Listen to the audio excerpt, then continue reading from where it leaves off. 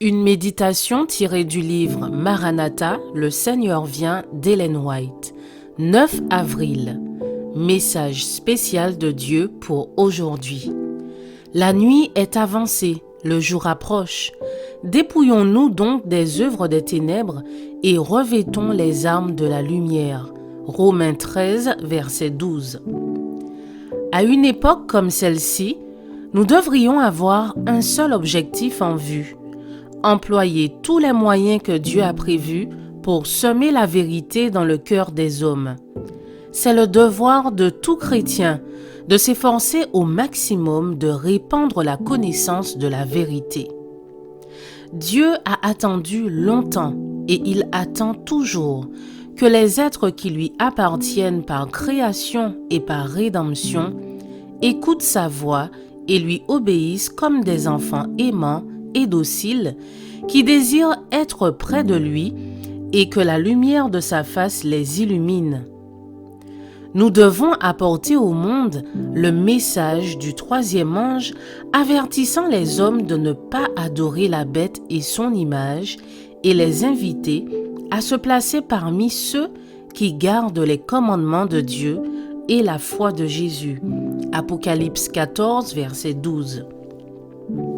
Dieu ne nous a pas révélé le temps où ce message parviendra à son terme ou quand s'achèverait le temps de grâce. Notre devoir est de veiller, de travailler, d'attendre et d'œuvrer continuellement en faveur des âmes qui sont sur le point de périr.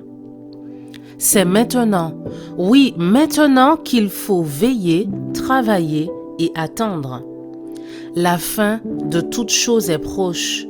L'Esprit du Seigneur est à l'œuvre pour que la vérité de la parole inspirée soit gravée dans l'âme et que tous ceux qui font profession de suivre le Christ possèdent une sainte joie communicable à d'autres.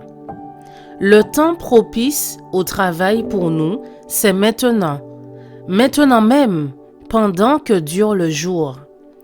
On a besoin d'un témoignage plus profond, plus décidé, plus convaincant de la puissance de la vérité, manifestée par la piété pratique de ceux qui professent la croire.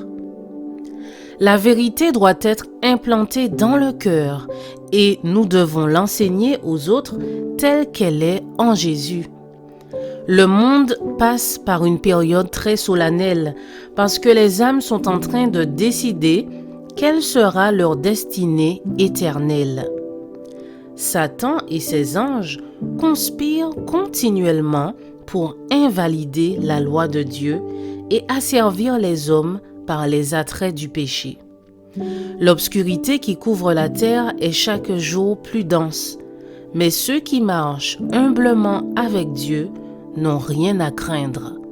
Je vous souhaite une excellente journée, que Dieu vous bénisse.